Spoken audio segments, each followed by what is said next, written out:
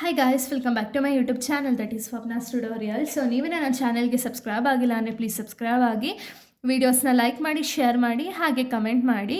So ಇವತ್ತು ನಾನು ಮಾಡ್ತಿರೋ ಸಬ್ಜೆಕ್ಟ್ ಯಾವುದು ಅಂದರೆ ಸೆಕೆಂಡ್ ಸೆಮ್ BComನ ಅಡ್ವಾನ್ಸ್ ಫಿನಾನ್ಷಿಯಲ್ ಅಕೌಂಟಿಂಗ್ ಅಂತ ಹೇಳಿ. ಇದರಲ್ಲಿ ಡೊಮೆಸ್ಟಿಕ್ ಬ್ರಾಂಚ್ ಅಕೌಂಟ್ನ ಈ ಒಂದು ವೀಡಿಯೋದಲ್ಲಿ ಎಕ್ಸ್ಪ್ಲೈನ್ ಮಾಡ್ತಿದ್ದೀನಿ. ಸೊ ನಾನು ಪ್ರೀವಿಯಸ್ ವೀಡಿಯೋದಲ್ಲಿ ಪ್ರಾಬ್ಲಮ್ಸ್ಗಳನ್ನ ಎಕ್ಸ್ಪ್ಲೈನ್ ಮಾಡಿದ್ದೀನಿ, 1 and 2 ಪ್ರಾಬ್ಲಮ್ಮು. ಈ ಒಂದು ವಿಡಿಯೋದಲ್ಲಿ ಥರ್ಡ್ ಪ್ರಾಬ್ಲಮ್ನ ಎಕ್ಸ್ಪ್ಲೈನ್ ಮಾಡ್ತಿದ್ದೀನಿ. ಇದು ಬಂದುಬಿಟ್ಟು 14 ಮಾರ್ಕ್ಸ್ ಪ್ರಾಬ್ಲಮ್ ಆಗಿದೆ, ಓಕೆನಾ. ಸೊ ಇದರಲ್ಲಿ ನಿಮ್ಗೆ ಏನಿಲ್ಲ, ಆಲ್ರೆಡಿ ನಾನು ಏನು ಬ್ರಾಂಚ್ ಅಕೌಂಟ್ನ ಎಕ್ಸ್ಪ್ಲೈನ್ ಮಾಡಿದ್ದೀನಲ್ಲ, ಆ ಬ್ರಾಂಚ್ ಅಕೌಂಟ್ನು ಮಾಡಬೇಕಾಗುತ್ತೆ. ಅದ್ರ ಜೊತೆಗೆ ಡೆಟಾಸ್ ಅಕೌಂಟ್ ಒಂದು ಎಕ್ಸ್ಟ್ರಾ, ಓಕೆನಾ. ಸೊ ಈ ಡೆಟಾಸ್ ಅಕೌಂಟ್ ಒಂದು ಎಕ್ಸ್ಟ್ರಾ, ಇದ್ರ ಜೊತೆಗೆ branch account as it is ಏನಿದೆಯೋ ಅದೇ ರೀತಿ ಮಾಡಬೇಕಾಗುತ್ತೆ, ಓಕೆನಾ. ಸೊ ನೋಡಿ, ಇವಾಗ ಕ್ವಶನ್ನ ಅನಲೈಸ್ ಮಾಡೋಣ. ಅದಾದಮೇಲೆ ಯಾವ ರೀತಿ ಪ್ರಾಬ್ಲಮ್ನ ಸಾಲ್ವ್ ಮಾಡಬೇಕು ಅಂತ ಹೇಳಿ ನೋಡ್ತಾ ಹೋಗೋಣ, ಓಕೆನಾ. ಸೊ ನೋಡಿ, ಇಲ್ಲಿ S limited open the branch at Bangalore on 1/4/2025 from the following details. Prepare branch account in the head office books and branch debtors account. ಅಂದರೆ ಏನು? ಸೊ ಇಲ್ಲಿ ನೀವೇನು ಮಾಡಬೇಕು ಅಂದರೆ ಬ್ರಾಂಚ್ ಅಕೌಂಟ್ನು ಪ್ರಿಪೇರ್ ಮಾಡಬೇಕಾಗುತ್ತೆ, ಡೆಟಾಸ್ ಅಕೌಂಟ್ನು ಪ್ರಿಪೇರ್ ಮಾಡಬೇಕಾಗುತ್ತೆ, ಓಕೆನಾ. ಇಲ್ಲಿ ಎಸ್ ಲಿಮಿಟೆಡ್ ಅನ್ನೋರು ಅವರ ಒಂದು ಬ್ರಾಂಚ್ನ ಬ್ಯಾಂಗ್ಳೂರಲ್ಲಿ ಓಪನ್ ಮಾಡಿರ್ತಾರೆ, ಓಕೆನಾ. ಅದ್ರ ಡೀಟೇಲ್ಸ್ ನಮ್ಗೆ ಇಲ್ಲಿ ಕೊಟ್ಟಿದ್ದಾರೆ. ಆ ಬೇಸಿಸ್ ಮೇಲೆ ನೀವು ಬ್ರಾಂಚ್ ಅಕೌಂಟ್ ಮತ್ತು ಡೆಟಾಸ್ ಅಕೌಂಟ್ನ ಓಪನ್ ಮಾಡಬೇಕು, ಇಷ್ಟೇ. ಸೊ ನೋಡಿ, ನಮಗೆ ಇಲ್ಲಿ ಇನ್ಫಾರ್ಮೇಷನ್ನ ಕೊಟ್ಟಿದ್ದಾರೆ. ಏನೇನೆಲ್ಲ ಇನ್ಫಾರ್ಮೇಷನ್ನ ಕೊಟ್ಟಿದ್ದಾರೆ ಅಂದರೆ, ಸ್ಟಾಕ್ ಆ್ಯಸ್ ಆನ್ 1/4/2025 10,000 ಅಂತ ಹೇಳಿ ಕೊಟ್ಟಿದ್ದಾರೆ. ಸೊ ನಿಮಗೆ ಗೊತ್ತಿರೋ ಹಾಗೆ ರೂಲ್ಸು, ಯಾರ್ಯಾರೆಲ್ಲ ಹಿಂದಿನ ವಿಡಿಯೋ ನೋಡಿರ್ತೀರಲ್ಲ ಅವ್ರಿಗೆಲ್ಲ ಕನ್ಫರ್ಮ್ ಆಗಿ ಗೊತ್ತಿರುತ್ತೆ. ಏನು ಅಂದರೆ, ಓಪನಿಂಗ್ ಸ್ಟಾಕ್ಸ್, ಯಾವುದೇ ಒಂದು ಓಪನಿಂಗ್ ಸ್ಟಾಕ್ಸ್ ಇದ್ದರೂ ಡೆಬಿಟ್ ಸೈಡ್ ಹಾಕ್ತೀರಾ, ಯಾವುದೇ ಒಂದು ಕ್ಲೋಸಿಂಗ್ ಸ್ಟಾಕ್ ಇದ್ದರೂ ಕೂಡ ಕ್ರೆಡಿಟ್ ಸೈಡ್ ಹಾಕ್ತೀರಾ, ಯಾವುದೇ ಒಂದು ಲೈಕ್ ಎಕ್ಸ್ಪೆನ್ಸಸ್ ಇತ್ತು ಅಂದರೆ ಡೆಬಿಟ್ ಸೈಡ್ ಹಾಕ್ತೀರಾ, ಯಾವುದೇ ಒಂದು ಇನ್ಕಮ್ ಇತ್ತು ಅಂದರೆ ಅದನ್ನು ಕ್ರೆಡಿಟ್ ಸೈಡ್ ಹಾಕ್ಕೊಳ್ತೀರಾ, ಯಾವುದೇ ಗೂಡ್ಸ್ ಸೆಂಟ್ ಆಗಿದ್ರೆ ಬ್ರಾಂಚ್ಗೆ ಅದನ್ನು ನಾವು ಡೆಬಿಟ್ ಸೈಡ್ ಹಾಕ್ಕೊಳ್ತೀವಿ, ಯಾವುದೇ ಗೂಡ್ಸ್ ರಿಟರ್ನ್ ಆಗಿದ್ರೆ ಅದನ್ನು ನಾವು ಕ್ರೆಡಿಟ್ ಸೈಡ್ ಹಾಕ್ಕೊಳ್ತೀವಿ, ಕ್ಲೋಸಿಂಗ್ ಲಯಬಿಲಿಟೀಸ್ ಇತ್ತು ಅಂದರೆ ಅದನ್ನು ಡೆಬಿಟ್ ಸೈಡ್ ಹಾಕ್ಕೊಳ್ತೀವಿ, ಓಪನಿಂಗ್ ಲಯಬಿಲಿಟೀಸ್ನ ನಾವು ಕ್ರೆಡಿಟ್ ಸೈಡ್ ಹಾಕ್ಕೊಳ್ತೀವಿ. ಇದರ ಜೊತೆಗೆ ನೋಡಿ, ಇಲ್ಲೊಂದು ಡೀಟೇಲ್ಸ್ನ ಕೊಟ್ಟಿದ್ದೀನಿ. ಯಾಕೆ ಅಂದರೆ ಇದರಲ್ಲಿ ಸ್ವಲ್ಪ ಡೀಟೇಲ್ಸ್ ಎಕ್ಸ್ಟ್ರಾ ಇದೆ, ಓಕೆನಾ. ಇದು ಬೇಸಿಕ್ ರೂಲ್ಸ್, ಓಕೆನಾ. ಈ ಬೇಸಿಕ್ಸ್ ರೂಲ್ಸ್ ಜೊತೆಗೆ ಡಿಸ್ಕೌಂಟ್ ರಿಸೀವ್ಡ್ ಆಗಿದ್ದರೆ ಕ್ರೆಡಿಟ್ ಸೈಡ್ ಹಾಕ್ಕೊಳ್ತೀರಾ, ಅದೇ ಡಿಸ್ಕೌಂಟ್ ಅಲೋ ಆಗಿದ್ದರೆ ಡೆಬಿಟ್ ಸೈಡ್ ಹಾಕ್ಕೊಳ್ತೀರಾ. ಕ್ರೆಡಿಟ್ ಸೇಲ್ಸ್ನ ನೀವು ಯಾವತ್ತೂ ಕೂಡ ಬ್ರಾಂಚ್ ಅಕೌಂಟಲ್ಲಿ ತಗೋಬಾರ್ದು, ಓಕೆನಾ. ಸೊ ನೋಡಿ, ಇಲ್ಲಿ ಸ್ಟಾಕ್ ಆನ್ 1/4/2025 ಅಂದರೆ ಏನು? ಓಪನಿಂಗ್ ಸ್ಟಾಕ್ ಎಲ್ಲಿ ಹಾಕೋಬೇಕು? ಡೆಬಿಟ್ ಸೈಡ್, ಓಕೆನಾ. ಪೆಟ್ಟಿ ಕ್ಯಾಶ್ ಆಸ್ ಆನ್ 1/4/2025 1000 ಅಂತ ಹೇಳಿದ್ದಾರೆ. ಪೆಟ್ಟಿ ಕ್ಯಾಶ್ ಅಂದರೆ ಏನು? ಇದು ಓಪನಿಂಗ್ ಬ್ಯಾಲೆನ್ಸ್ ಕೊಟ್ಟಿರೋ ರೀಸನಿಂದ ಇದು ಓಪನಿಂಗ್ ಪೆಟ್ಟಿ ಕ್ಯಾಶ್ ಆಗುತ್ತೆ. ಸೊ ಇದನ್ನು ಕೂಡ ನೀವು ಡೆಬಿಟ್ ಸೈಡ್ ತೊಗೊಳ್ತೀರಾ. ನೆಕ್ಸ್ಟ್ ಫರ್ನಿಚರ್ನ ಕೊಟ್ಟಿದ್ದಾರೆ ಆಸ್ ಆನ್ 1/4/2025. 1/4/2025 ಅಂದರೆ ಏನು? ಓಪನಿಂಗ್ ಸ್ಟಾಕ್ ಅಲ್ವಾ. ಸೊ ಅದನ್ನು ಕೂಡ ನೀವು ಡೆಬಿಟ್ ಸೈಡೇ ತೊಗೊಳ್ತೀರಾ, 20,000. Goods sent to branch, sent ಆಗಿದ್ರೆ ಏನಾಗುತ್ತೆ? ಡೆಬಿಟ್ ಸೈಡಲ್ಲಿ ಹಾಕ್ಕೊಳ್ತೀರಾ. ಅದೇ ಗೂಡ್ಸ್ ರಿಟರ್ನ್ ಆದರೆ ಏನು ಮಾಡ್ತೀರಾ? ಕ್ರೆಡಿಟ್ ಸೈಡ್ ಹಾಕ್ಕೊಳ್ತೀರಾ. Expenses paid by head office, expenses ಅಂದರೆ ಏನು? ಇದು ಡೆಬಿಟ್ ಸೈಡ್ ಹಾಕ್ಕೊಳ್ತೀರಾ. Cash sent by the head office for petty cash ಅಂದರೆ ಏನು? ಪೆಟ್ಟಿ ಕ್ಯಾಶ್ಗೋಸ್ಕರ ಎಷ್ಟೋ ಅಮೌಂಟ್ನ ಸೆಂಡ್ ಮಾಡ್ತಿದ್ದಾರೆ ಅಂದರೆ ಏನು? ಇದು ಕೂಡ ಒಂದು ಎಕ್ಸ್ಪೆನ್ಸಸ್ ಅಲ್ವಾ ಲೆಕ್ಕದಲ್ಲಿ. ಸೊ ಎಕ್ಸ್ಪೆನ್ಸಸ್ ಯಾವತ್ತಿದ್ರೂ ಯಾವ ಕಡೆ ಹಾಕೋಬೇಕು? ಡೆಬಿಟ್ ಸೈಡ್ ಹಾಕೋಬೇಕು, ಓಕೆನಾ. ನೆಕ್ಸ್ಟ್ ರೆಮಿಟೆನ್ಸ್ ಫ್ರಮ್ ಬ್ರಾಂಚ್ ಅಂತ ಕೊಟ್ಟಿದ್ದಾರೆ. ಏನೇನೆಲ್ಲ ರೆಮಿಟೆನ್ಸ್ ಆಗಿದೆ ಅಂದರೆ, ಕ್ಯಾಶ್ ಸೇಲ್ಸು, ಕಲೆಕ್ಷನ್ ಫ್ರಮ್ ಡೆಟಾಸ್ ಇದೆ. ಕ್ಯಾಶ್ ಸೇಲ್ಸು, ಕಲೆಕ್ಷನ್ ಫ್ರಮ್ ಡೆಟಾಸ್ ಅಂದರೆ ಏನು? ನಮಗೇನೋ ಒಂದು ಇನ್ಕಮ್ ಬರ್ತಿದೆ ಅಲ್ವಾ, ಇನ್ಕಮ್ ಬಂದರೆ ನೀವು ಯಾವ ಕಡೆ ಹಾಕ್ಕೋಬೇಕು? ಕ್ರೆಡಿಟ್ ಸೈಡ್ ಹಾಕ್ಕೋಬೇಕು, ಓಕೆನಾ. Credit sales, so credit sales ಆಗ್ತಿದೆ ಅಂದರೆ ಇಲ್ಲಿ ನಮಗೆ ಡೆಟಾಸ್ ಅಕೌಂಟ್ನು ಕೂಡ ನಾವು ಪ್ರಿಪೇರ್ ಮಾಡಬೇಕು ಅಲ್ವಾ. ಸೊ ಡೆಟಾಸ್ ಅಕೌಂಟ್ ರಿಲೇಟೆಡು ನಮಗೆ ಡೀಟೇಲ್ಸ್ನ ಕೊಟ್ಟಿದ್ದಾರೆ. ಬಟ್ ಏನು? ಕ್ರೆಡಿಟ್ ಸೇಲ್ಸ್ ಒಂದನ್ನು ಮಾತ್ರ ನೀವು ಬ್ರಾಂಚ್ ಅಕೌಂಟಲ್ಲಿ ತೊಗೋಬಾರ್ದು, ಓಕೆನಾ. ಇನ್ನು ಮಿಕ್ಕಿ ಡೀಟೇಲ್ಸ್ ಎಲ್ಲ ತೊಗೋಬೇಕು. ಇದನ್ನು ನೀವು ಡೆಟಾಸ್ ಅಕೌಂಟಲ್ಲಿ ಮಾತ್ರ ತೊಗೋಬೇಕು, ಬ್ರಾಂಚ್ ಅಕೌಂಟಲ್ಲಿ ತೊಗೊಳಂಗಿಲ್ಲ, ಓಕೆನಾ. ಕ್ಲೋಸಿಂಗ್ ಸ್ಟಾಕ್ನ ಕೊಟ್ಟಿದ್ದಾರೆ ಆಸ್ ಆನ್ 31/3/2026 ಅಂತ ಹೇಳಿದ್ದಾರೆ. ಕ್ಲೋಸಿಂಗ್ ಸ್ಟಾಕ್ ಯಾವಾಗಲೂ ಯಾವ ಕಡೆ ಬರುತ್ತೆ? ಕ್ರೆಡಿಟ್ ಸೈಡ್ ಬರುತ್ತೆ, ಓಕೆನಾ. ನೆಕ್ಸ್ಟ್ ಪೆಟ್ಟಿ ಕ್ಯಾಶ್ ಕ್ಲೋಸಿಂಗ್ ಸ್ಟಾಕ್ನ ಕೊಟ್ಟಿದ್ದಾರೆ. ಪೆಟ್ಟಿ ಕ್ಯಾಶ್ ಅಂದರೆ ಏನು? ಇದು ಕೂಡ ಒಂದು ಸ್ಟಾಕು, ಇದು ಕೂಡ ಕ್ರೆಡಿಟ್ ಸೈಡ್ ಬರುತ್ತೆ.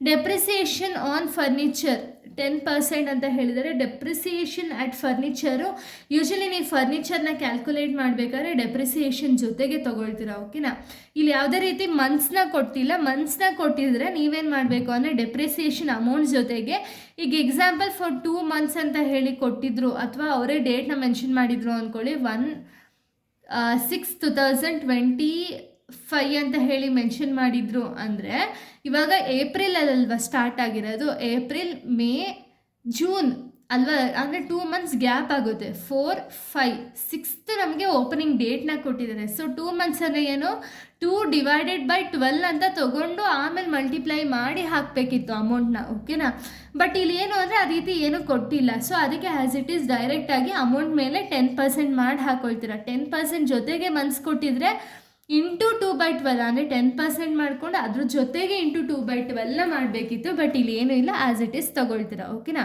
Discount allowed to debtors 1000 rupees ಕೊಟ್ಟಿದ್ದಾರೆ. So discount allowed to debtors ಬಂದುಬಿಟ್ಟು ನೀವು ಇದನ್ನು ಏನ್ರಲ್ಲಿ ತೊಗೋಬೇಕು, ಡೆಟಾಸ್ ಅಕೌಂಟಲ್ಲಿ ತೊಗೋಬೇಕು. ಓಕೆನಾ, ಸೊ ನೋಡಿ ಡೆಟಾಸ್ ರಿಲೇಟೆಡ್ ಏನೇನೆಲ್ಲ ಡೀಟೇಲ್ಸ್ ಕೊಟ್ಟಿರ್ತಾರೆ ನೋಡಿ, ಎಲ್ಲನೂ ಇನ್ ಡೀಟೇಲ್ ಆಗಿ ಡೆಟಾಸ್ ಅಕೌಂಟಲ್ಲಿ ತೊಗೊಳ್ತೀರಾ. ಓಕೆನಾ, ಇಲ್ಲಿ ನೋಡಿ ಅವರೇ ಮೆನ್ಷನ್ ಮಾಡಿರ್ತಾರೆ ಡೆಟಾಸ್ ಅಂತ ಹೇಳಿ. ಸೊ ನೋಡಿ ಇಲ್ಲಿ ಕಲೆಕ್ಷನ್ ಫ್ರಮ್ ಡೆಟಾಸ್ ಅಂತ ಅವರೇ ಕೊಟ್ಟಿದ್ದಾರೆ. ಕಲೆಕ್ಷನ್ ಎಷ್ಟು ಕೊಟ್ಟಿದ್ದಾರೆ, 3000 ಕೊಟ್ಟಿದ್ದಾರೆ, ಇದನ್ನು ತೊಗೊಳ್ತೀರಾ ನೀವು.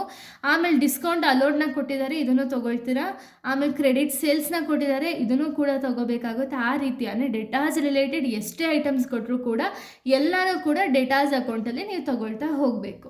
ಓಕೆನಾ, ಸೊ ಬನ್ನಿ ಇವಾಗ ಪ್ರಾಬ್ಲಮ್ನ ಸಾಲ್ವ್ ಮಾಡೋಣ, ಆವಾಗ ನಿಮಗೆ ಪ್ರಾಪರಾಗಿ ಅರ್ಥ ಆಗುತ್ತೆ. ಓಕೆನಾ, ಸೊ ನೋಡಿ ಡೆಟಾಸ್ ಅಕೌಂಟ್ನ ನಾವು ಫಸ್ಟ್ ಪ್ರಿಪೇರ್ ಮಾಡೋಣ. ಓಕೆನಾ, ಡೆಟಾಸ್ ಅಕೌಂಟ್ದು ಫಾರ್ಮ್ಯಾಟ್ ಯಾವ ರೀತಿ ಅಂದರೆ ಪರ್ಟಿಕ್ಯುಲರ್ಸ್ ರುಪೀಸ್ ಅಂತ ಹಾಕ್ಕೊಂಡು ಇದು ಡೆಬಿಟ್ ಸೈಡ್, ಇದು ಕ್ರೆಡಿಟ್ ಸೈಡ್. ಓಕೆನಾ, ನಿಮ್ಗೆ ಇಷ್ಟು ಗೊತ್ತಿದ್ರೆ ಸಾಕು, ಡೆಬಿಟಲ್ಲಿ ಏನೇನೆಲ್ಲ ಬರುತ್ತೆ, ಕ್ರೆಡಿಟಲ್ಲಿ ಏನೇನೆಲ್ಲ ಬರುತ್ತೆ ಅಂತ ಗೊತ್ತಿದ್ರೆ ಸಾಕು. ಆರಾಮ್ಸೆ ಅದರಲ್ಲಿ ಏನೇನಿದೆಯೋ ಎಲ್ಲ ಹಾಕ್ಬಿಟ್ಟು ಪ್ರಾಬ್ಲಮ್ನ ಸಾಲ್ವ್ ಮಾಡ್ಬೋದು. ಓಕೆನಾ, ಸೊ ನೋಡಿ ಇಲ್ಲಿ ಓಪನಿಂಗ್ ಡೇಟಾಸ್ನ ಇಲ್ಲೆಲ್ಲರೂ ಕೊಟ್ಟಿದ್ದಾರೆ ಕ್ವಶನಲ್ಲಿ. ಓಪನಿಂಗ್ ಡೇಟಾಸು ಕೊಟ್ಟಿಲ್ಲ, ಕ್ಲೋಸಿಂಗ್ ಡೇಟಾಸು ಕೊಟ್ಟಿಲ್ಲ. ಓಕೆನಾ, ಸೊ ನೋಡಿ ಇಲ್ಲಿ ಏನಂತ ಹಾಕ್ಕೊಳ್ತೀರಾ, ಡೇಟಾಸ್ ಕ್ಯಾರಿಡ್ ಆನ್ ಅಂತ ಹಾಕ್ಕೊಳ್ತೀರಾ, ಬ್ಲ್ಯಾಂಕ್ ಬಿಡ್ತೀರಾ. ಓಕೆನಾ, ಇದಾದಮೇಲೆ ನಮ್ಗೆ ಏನು ಕೊಟ್ಟಿದ್ದಾರೆ, ಕ್ರೆಡಿಟ್ ಸೇಲ್ಸ್ನ ಕೊಟ್ಟಿದ್ದಾರೆ.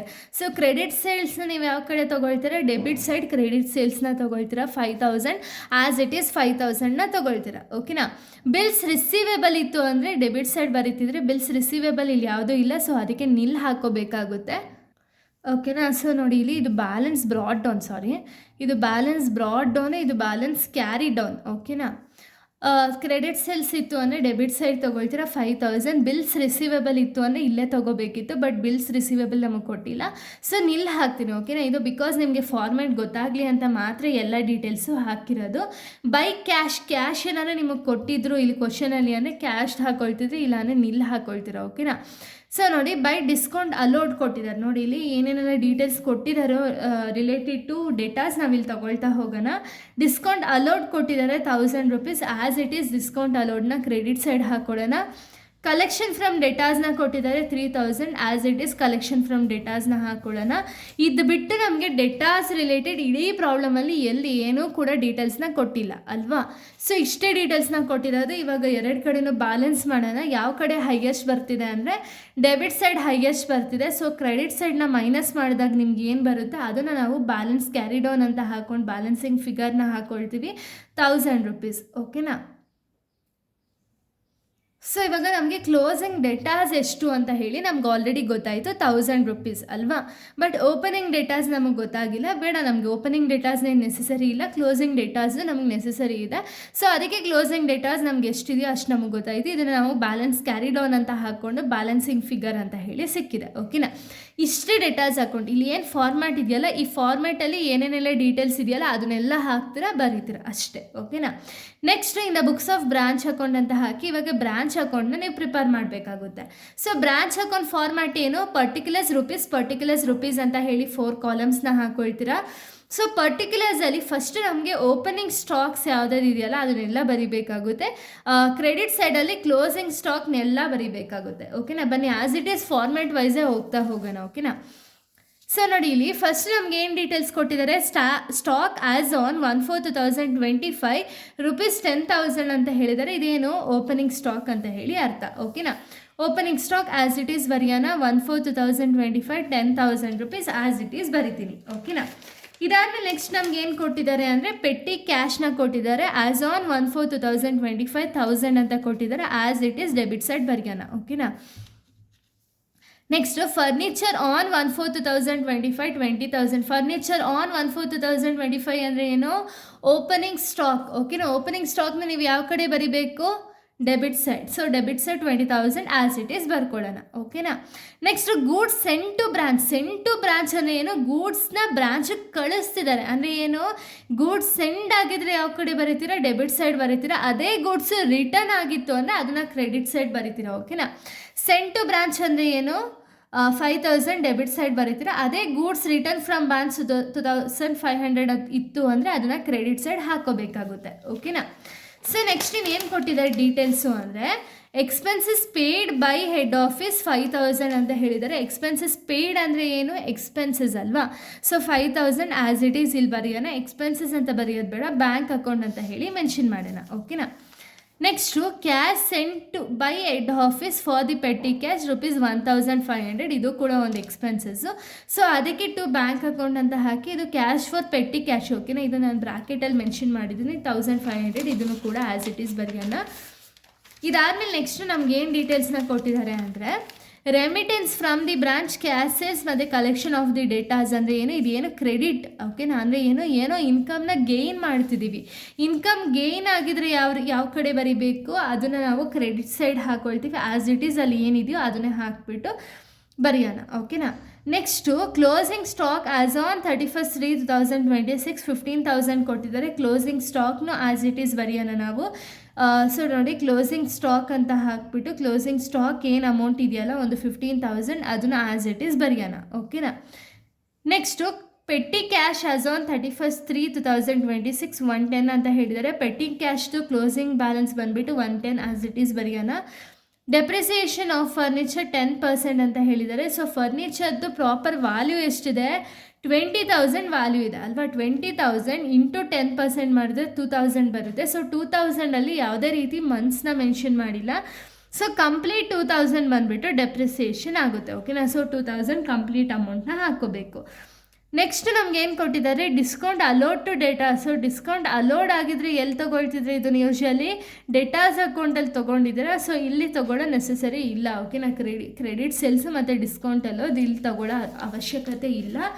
ಇನ್ನು ರಿಮೈನಿಂಗ್ ಒಂದು ಮಾತ್ರ ಬ್ಯಾಲೆನ್ಸ್ ಇದೆ. ಸೊ ಯಾವುದು ಅಂದರೆ ಡೆಬಿಟ್ ಒಂದು ಡೆಟಾಸ್ ಅಕೌಂಟ್ ಏನು ಪ್ರಿಪೇರ್ ಮಾಡಿದ್ದೀರಲ್ಲ ಅದ್ರ ಬ್ಯಾಲೆನ್ಸಿಂಗ್ ಫಿಗರ್ ಅಂದರೆ ಕ್ಲೋಸಿಂಗ್ ಬ್ಯಾಲೆನ್ಸ್ ಏನಿದೆಯಲ್ಲ ಅದನ್ನು ತೊಗೋಬೇಕು. ಸೊ ಕ್ಲೋಸಿಂಗ್ ಬ್ಯಾಲೆನ್ಸ್ ಯೂಶ್ವಲಿ ನೀವು ಯಾವ ಕಡೆ ತೊಗೊಳ್ತೀರಾ, ಕ್ರೆಡಿಟ್ ಸೈಡ್ ತೊಗೊಳ್ತೀರಾ. ಬೈ ಕ್ಲೋಸಿಂಗ್ ಡೆಟಾಸ್ ಬ್ರಾಂಚ್ ಅಂತ ಹಾಕ್ಕೊಂಡು ₹1,000 ಬರ್ಕೊಳ್ಳೋಣ. ಈಗ ಇಷ್ಟೇ ಡೀಟೇಲ್ಸ್ ನಮಗೆ ಕೊಟ್ಟಿರೋದು. ಎರಡು ಸೈಡು ಟೋಟಲ್ ಮಾಡಿದಾಗ 40,500 ಬಂದುಬಿಟ್ಟು ಡೆಬಿಟ್ ಸೈಡ್ ಹೈಯೆಸ್ಟ್ ಬರುತ್ತೆ. ಸೊ ಡೆಬಿಟ್ ಸೈಡ್ ಹೈಯೆಸ್ಟ್ ಬಂದಿತ್ತು ಅಂದರೆ ಕ್ರೆಡಿಟ್ ಸೈಡ್ ಬ್ಯಾಲೆನ್ಸ್ ಬರುತ್ತೆ. ಬ್ಯಾಲೆನ್ಸ್ ಏನಾದ್ರು ಕ್ರೆಡಿಟ್ ಸೈಡ್ ಬಂತು ಅಂದರೆ ಅದು ನಮಗೆ ಲಾಸ್ ಆಗುತ್ತೆ. ಅದೇ ಬ್ಯಾಲೆನ್ಸು ಡೆಬಿಟ್ ಸೈಡ್ ಬಂತು ಅಂದರೆ ಪ್ರಾಫಿಟ್ ಆಗುತ್ತೆ. ಓಕೆನಾ, ಇಲ್ಲಿ ಕ್ರೆಡಿಟ್ ಸೈಡ್ ಬರ್ತಿರೋದು ಹೆಂಗೆ ಅಂದರೆ ಈ 42,500ಇಂದ ಇಷ್ಟೂ ಕೂಡ ನಿಮಗೆ ಮೈನಸ್ ಮಾಡಿದಾಗ 13,890 ಬರುತ್ತೆ. ಇದು ಬಂದುಬಿಟ್ಟು ಬ್ಯಾಲೆನ್ಸಿಂಗ್ ಫಿಗರ್ ಆಗುತ್ತೆ. ಇದನ್ನು ನೀವು by general profit and loss account ಅಂತ ಹಾಕಿ 13,890 ಆ್ಯಸ್ ಇಟ್ ಈಸ್ ಬರಿಬೇಕು. ಓಕೆನಾ, ಸೊ ಇಷ್ಟೇ ಒಂದು ಪ್ರಾಬ್ಲಮ್ ಆಗಿದೆ. ಇಲ್ಲಿಗೆ ಒಂದು ಪ್ರಾಬ್ಲಮ್ ಅನ್ನೋದು ಕಂಪ್ಲೀಟ್ ಆಗುತ್ತೆ. ನೆಕ್ಸ್ಟ್ ವೀಡಿಯೋದಲ್ಲಿ ನಾನು ಬೇರೆ ಪ್ರಾಬ್ಲಮ್ನ ಎಕ್ಸ್ಪ್ಲೈನ್ ಮಾಡ್ತೀನಿ. So thank you guys, thanks for watching.